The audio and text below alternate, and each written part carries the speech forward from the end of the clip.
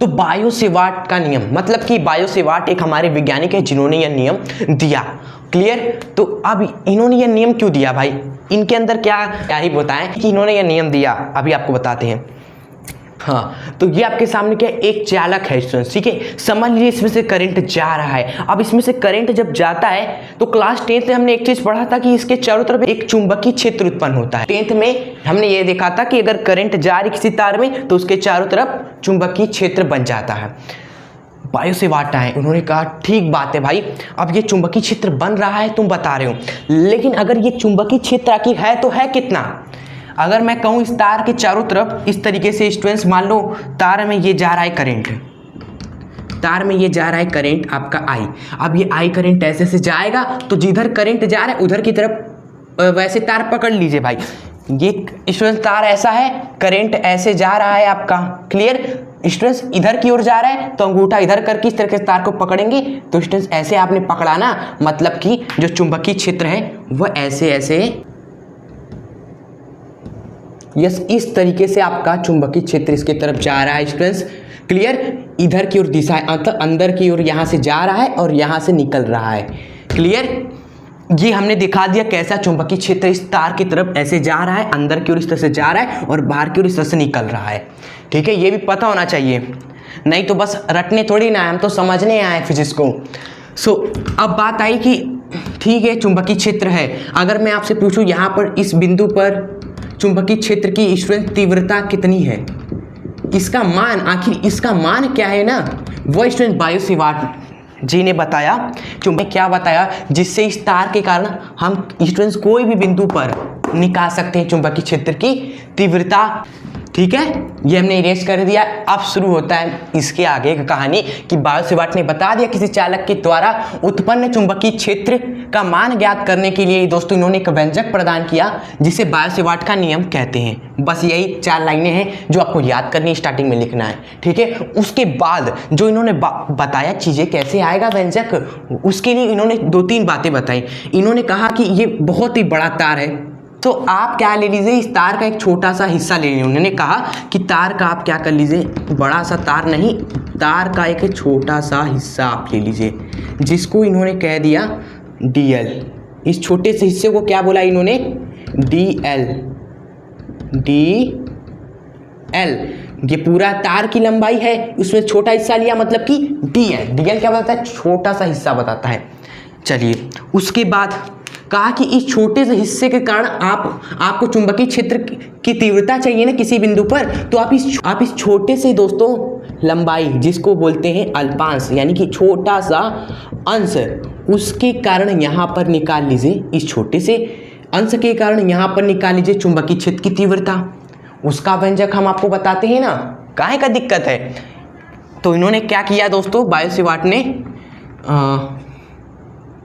चालक के अल्पांश लंबाई के कारण P बिंदु पर चुंबकीय क्षेत्र की तीव्रता का मान निकाला। चालक के अल्पांश लंबाई जो कि है आपकी कितनी, DL,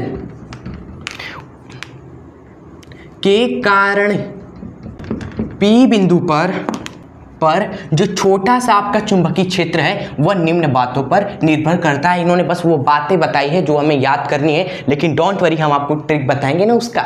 देखिए, छोटे से लंबाई के कारण हम निकालेंगे तो छोटा सा आपका चुंबकीय क्षेत्र होगा, वह निम्न बातों पर निर्भर करता है। सबसे पहला बात क्या है सर, सबसे पहला दोस्तों जो बात है, पहला बात इन्होंने कहा कि ये जो आपका छोटा सा चुंबकीय क्षेत्र है यह इस चालक में जितना करंट जा रहा है उसके समानुपाती होगा, पहला बात। दूसरी बात इन्होंने कही कि वह चुंबकीय क्षेत्र की तीव्रता इस DL के समानुपाती होगा।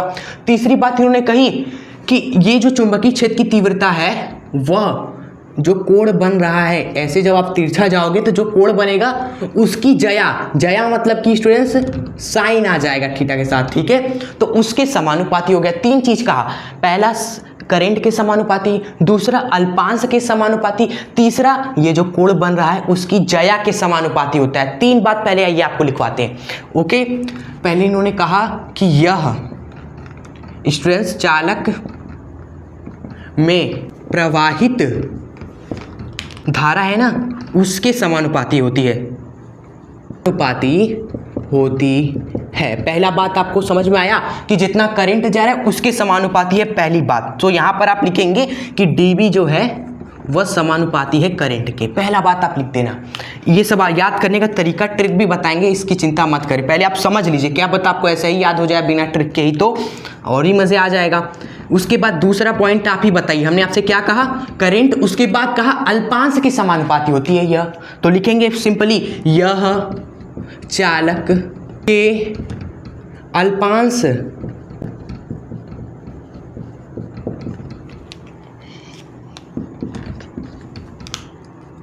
dl के समानुपाती होती है, समानुपाती होती है। ठीक है, दूसरा पॉइंट लिख लिया आप सभी ने, तो इसको आप इस तरीके से दिखा दीजिए गणितीय रूप में कि dB समानुपाती है dl के।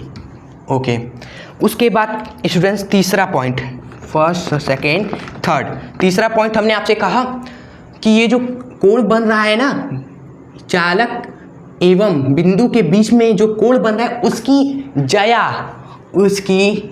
जया के समानुपाती होता है। ओके, तो तीसरा पॉइंट आप लिखेंगे एग्जाम में कि यह चालक वह बिंदु के बीच बने कोण की जया के समानुपाती होता है, बने कोण की जया के, जया मतलब दोस्तों कोई लड़की का नाम नहीं है, ये जया होता है साइन थीटा, हो गया कोण के साथ। ठीक है, इसके समानुपाती होती है, तो इस तरह आप लिख देंगे समानुपाती होती है।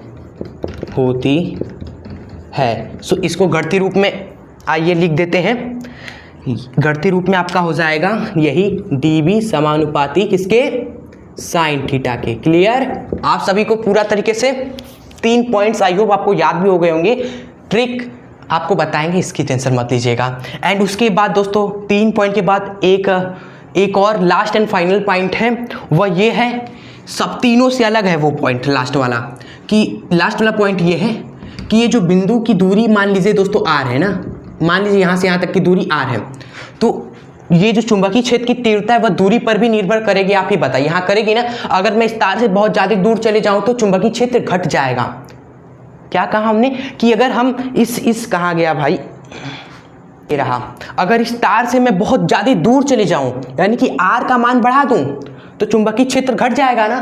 तो चौथा पॉइंट इन्होंने यह देखा कि यार ये तो समानुपाती नहीं, ये तो व्युत्क्रमानुपाती है, ये बढ़ा तो चुंबकीय क्षेत्र की तीव्रता घट गई, इसलिए इन्होंने कहा चौथा पॉइंट में फील करना भी है ना हमें, इसलिए आपको बता रहे हैं। चौथे पॉइंट में कहा कि यह इस चीज के स्क्वायर के, यह आर स्क्वायर के, स्टूडेंट्स डायरेक्ट आर स्क्वायर लिखिए, कोई भी नहीं काट सकता क्योंकि एग्जामिनर फिगर में देख रहे हैं आर क्या है, चालक से बिंदु की दूरी है। आप चाहो तो ये भी लिख सकते हो, एग्जामिनर भी समझदार है।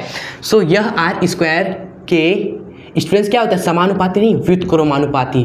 व्युत्क्रमानुपाती का मतलब कि उल्टा हो रहा है, ये बढ़ा तो dB जो है घट गया, ये हो रहा है व्युत्क्रमानुपाती, ये जीरो हमने लगा दिया, कुल व्युत्क्रमानुपाती होता है, शॉर्ट में लिख दिया हमने। ठीक है, जगह बचाने के लिए, आप सभी समझदार हैं, हम जानते हैं ना, हमारे स्टूडेंट्स बहुत ही तेज है।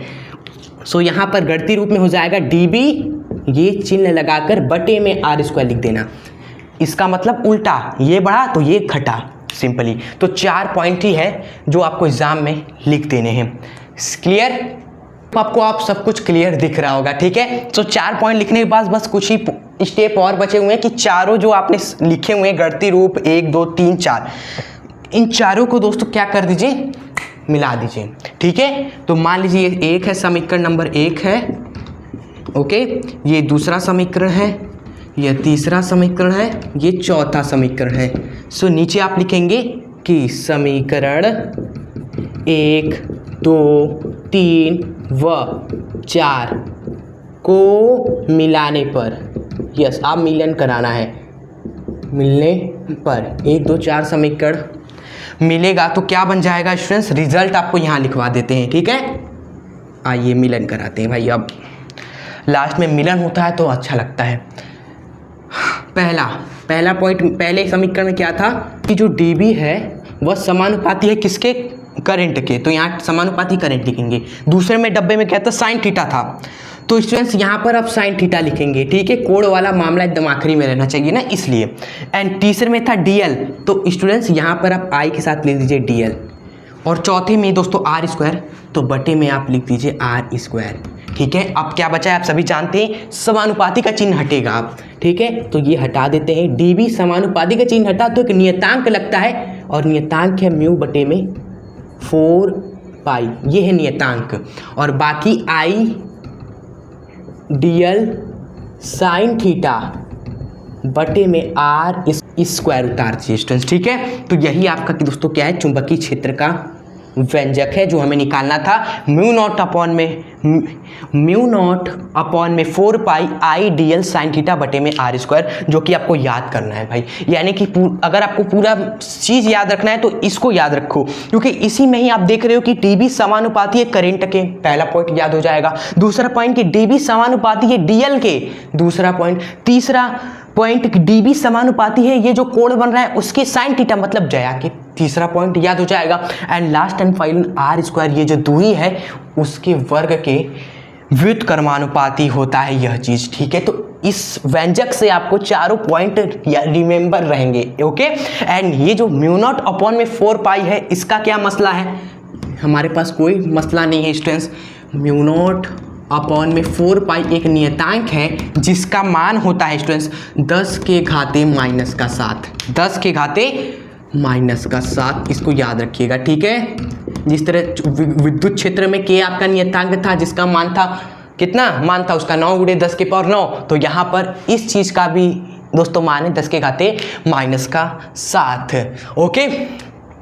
तो ये रहा आपका बायो सेवार्ट का नियम, और वो ट्रिक इसको याद करने की, भाई हमने तो हॉनेस्टली इसको याद किया था, एंड नियम आया था तो हम हमने 4 पॉइंट खुद से लिख दिए थे।